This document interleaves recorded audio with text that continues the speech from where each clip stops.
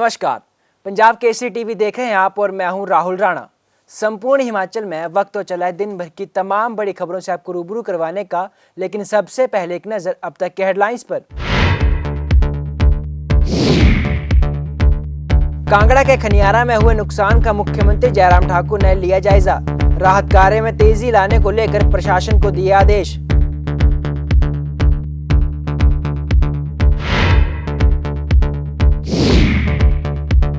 कांग्रेस हो गई है मुद्दा विहीन, हर किसी कांग्रेसी नेता में मुख्यमंत्री बनने की होड़। सीएम जयराम ठाकुर बोले, इस बार जनता के आशीर्वाद से बदला जाएगा रिवाज।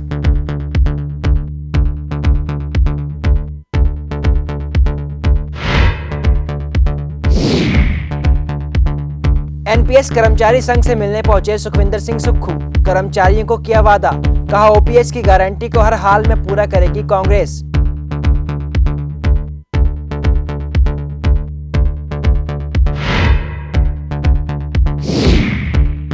और अटूट आस्था का प्रतीक, एक श्रद्धालु ने मां चिंतपूर्णी को चढ़ाया सोने का मुकुट, एक ने चढ़ाए चांदी के बर्तन। पंजाब के रहने वाले हैं दोनों भक्त। और अब खबरें विस्तार से। बीते रोज प्रदेश में भारी बारिश देखने को मिली। भारी बारिश के चलते जिला कांगड़ा के खनियारा में काफी नुकसान हुआ है। घटना का जायजा लेने आज शाम मुख्यमंत्री जयराम ठाकुर खुद खनियारा पहुंचे। मुख्यमंत्री ने बारिश से हुए नुकसान का आंकलन लिया और लोगों से बातचीत की, उनसे उनका हाल भी जाना। वहीं मुख्यमंत्री जयराम ठाकुर ने यह भी कहा कि उन्हें इस आपदा का दुख है। उन्होंने कहा कि राहत की बात यह है कि किसी जान का नुकसान नहीं हुआ है, लेकिन लोगों के घर और दुकानें पूरी तरह से तबाह हो गई हैं। लोगों के घरों में अभी भी मलबा भरा हुआ है। प्रशासन द्वारा तमाम कार्य को करने का प्रयास लगातार किया जा रहा है। मुख्यमंत्री ने कहा कि राजस्व विभाग के अनुसार जो भी होगा उसे पूरा किया जाएगा और हर संभव मदद की जाएगी। उन्होंने कहा कि जो भी राहत राशि दी गई है वह फौरी राहत के तौर पर दी गई है। आंकलन के बाद सरकार द्वारा पूरी मदद की जाएगी।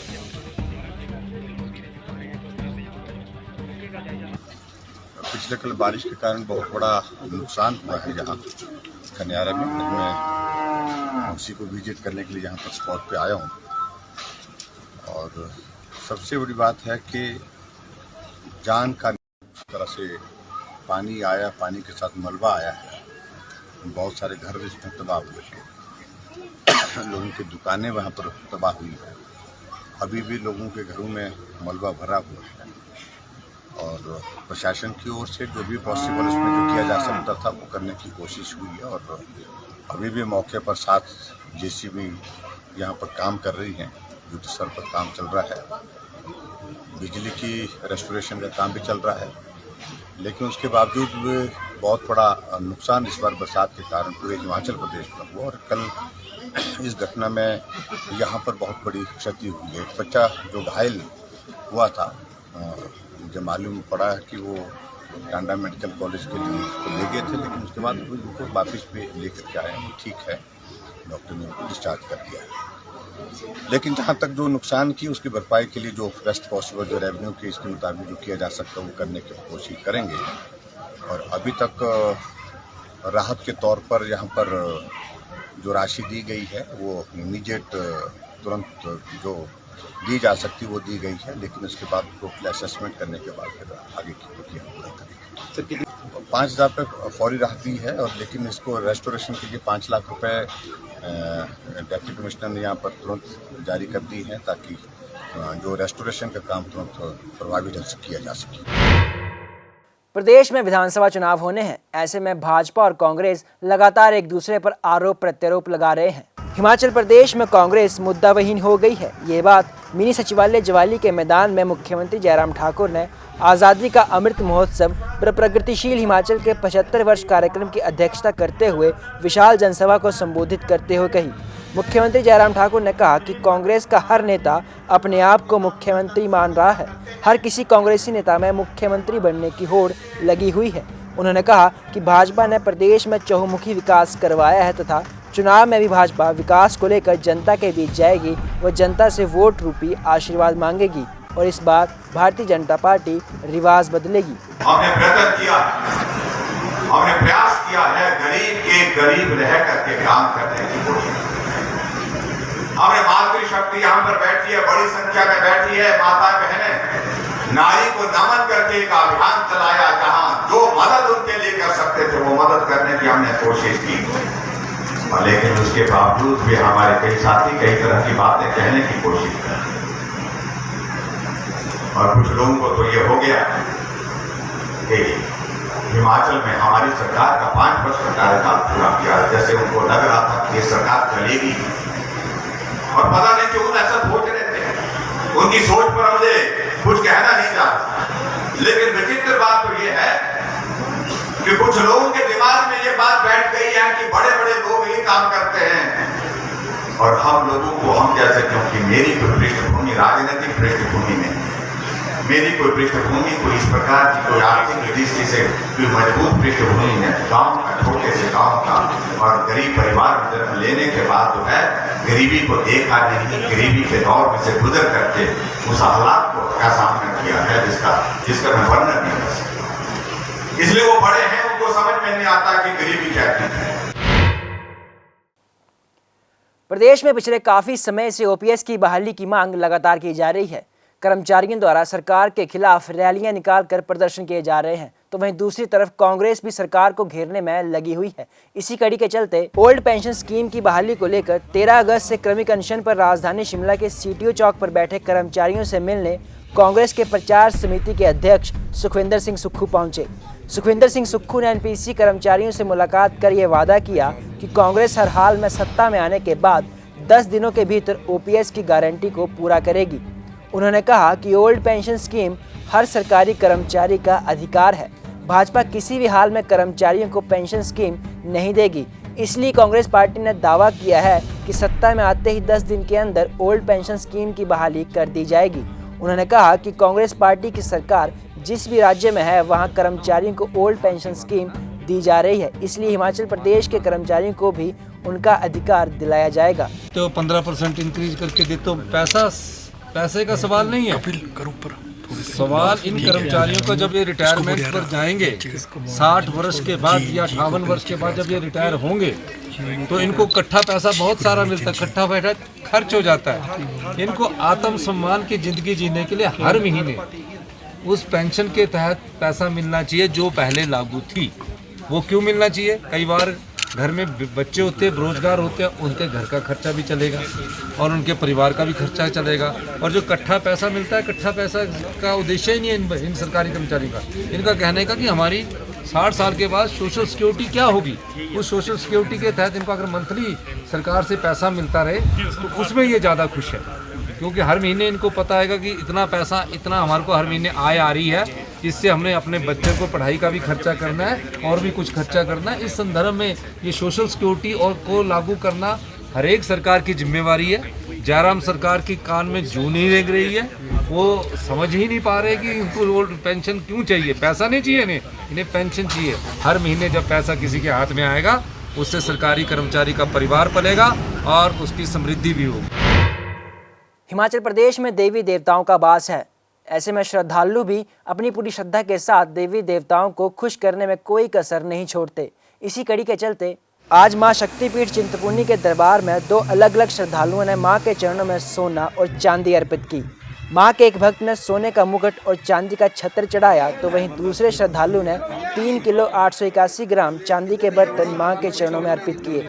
दोनों ही श्रद्धालु पंजाब के जालंधर के रहने वाले हैं। मां चिंतपूर्णी के प्रति भक्तों की आस्था इसी से पता चलती है कि यहाँ लाखों की संख्या में श्रद्धालु नतमस्तक होने आते हैं और सोने चांदी के साथ श्रद्धा भाव से लाखों की नकदी का चढ़ावा भी चढ़ाते हैं। इससे पहले भी कई श्रद्धालुओं द्वारा मां के दरबार में सोना, चांदी और गाड़ियां तक भेंट की गई हैं।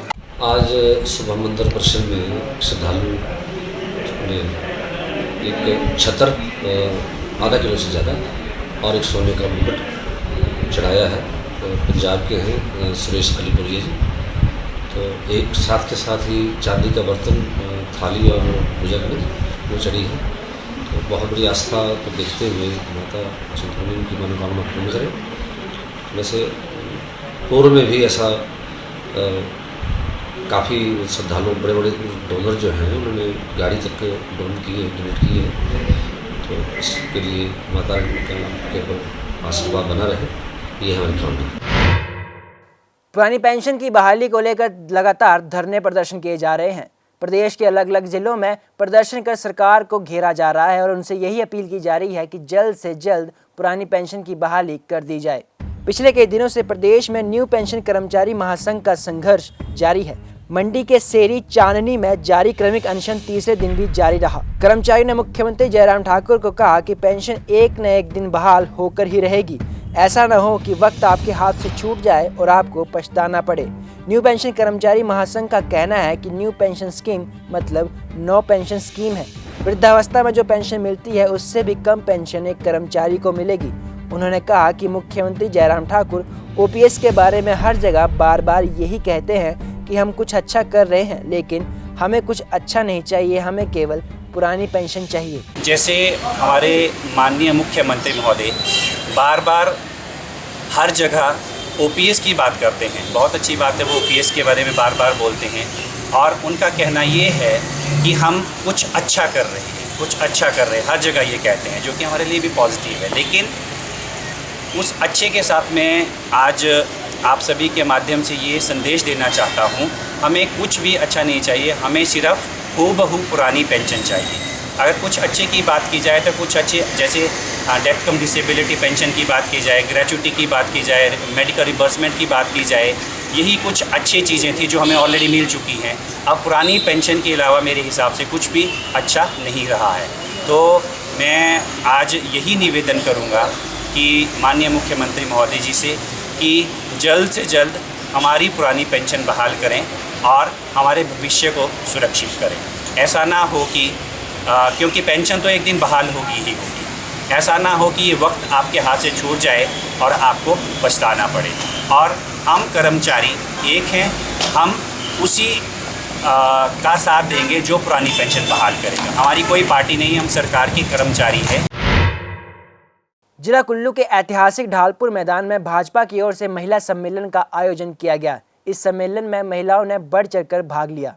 उप सभापति राज्यसभा एवं राष्ट्रीय महामंत्री महिला मोर्चा इंदु गोस्वामी ने इस कार्यक्रम में मुख्य अतिथि के तौर पर शिरकत की। कार्यक्रम को संबोधित करते हुए उन्होंने कहा कि देश में महिलाओं की भूमिका बदली है। आज महिलाएं सामाजिक राजनीतिक क्षेत्र के साथ साथ हर क्षेत्र में आगे बढ़ी हैं। ये देश और प्रदेश में भाजपा सरकार के कार्यालय में महिलाओं के लिए कदम उठाए गए हैं। उन्होंने कहा कि हमारे केंद्र में मोदी और राज्य में जयराम सरकार ने महिलाओं के उत्थान के लिए काम किया है। अधिकतर योजनाओं महिलाओं से जुड़ी हुई शुरू की हैं। उन्होंने कहा कि प्रदेश में एक बार फिर से जयराम सरकार बनेगी। जिस तरह से जयराम सरकार ने महिलाओं को आम जनमानस के लिए काम किया है, उससे प्रदेश में भाजपा सरकार का बनना तय है। कांग्रेस ने तो पिछले मैंने बताया कि हम 76वीं वर्षगांठ मनाई आज़ादी की, तो पूरे देश में उन्होंने 60 साल से अधिक शासन किया है और प्रदेश में 50 साल से अधिक कांग्रेस का शासन रहा है। अब ऐसी क्या स्थिति आ गई कि आज उनके 60 साल के और 50 साल के शासन के बाद भी, प्रदेश में 50 साल के शासन के बाद भी उनको गारंटियाँ देनी पड़नी ना, उनको ऐलान करने पड़ रहे हैं। गारंटियाँ तो आप दे रही हैं, उनको ऐलान करने पड़ रहे हैं। आपने अगर धरातल में काम किया होता, महिला सशक्तिकरण के नारे, खोखले नारे ना देकर ऐसी कार्यक्रम, योजनाएं या निर्णय लिए होते जो महिलाओं को, जैसे मैंने भी कहा, जो नेतृत्व देते और जो महिलाओं को अग्रणी भूमिका में लाते, ऐसी स्कीमें लाते जो उनको प्रदेश के परिवार के अंदर तो सबलता देते ही देते, जो उनको आर्थिक रूप से और राजनीतिक रूप से भी उनका सशक्तिकरण होता, तो आज हमारी मातृशक्ति अलग उसमें होती। जिला हमीरपुर के सुजानपुर में कार्यकर्ताओं की एक विशेष बैठक का आयोजन किया गया। बैठक की अध्यक्षता पूर्व मुख्यमंत्री प्रेम कुमार धूमल ने की। इस मौके पर पूर्व मुख्यमंत्री ने कार्यकर्ताओं को जीत के मंत्र दिए। धूमल ने कहा कि जिस तरह से लोकसभा चुनाव में पार्टी उम्मीदवार को संसदीय क्षेत्र की हर पंचायत से बढ़त मिली थी, विशेष रूप से सुजानपुर विधानसभा क्षेत्र में 25,000 मतों की लीड सांसद को मिली थी, उस लीड को आने वाले विधानसभा चुनाव में भी कायम रखना है। ये तभी संभव होगा जब हर कार्यकर्ता सच्चे मन, मेहनत और लगन से काम करेगा। उन्होंने पार्टी कार्यकर्ताओं से कहा कि रात के अंधेरे में गलत काम करने से बेहतर है कि दिन के उजाले में जोर शोर के साथ ईमानदारी से काम करें। अगर लक्ष्य निर्धारित है तो मंजिल को पाया जा सकता है, बस मन में दृढ़ निश्चय के साथ जीत निश्चित होनी चाहिए। इसी बात को लेकर हर कार्यकर्ता को विधानसभा चुनाव में उतरना है। उन्होंने कहा कि अगर कार्यकर्ता मन में ठान ले तो जीत सुनिश्चित है। संपूर्ण हिमाचल में आज के लिए फिलहाल इतना ही। मुझे दीजिए इजाजत। नमस्कार।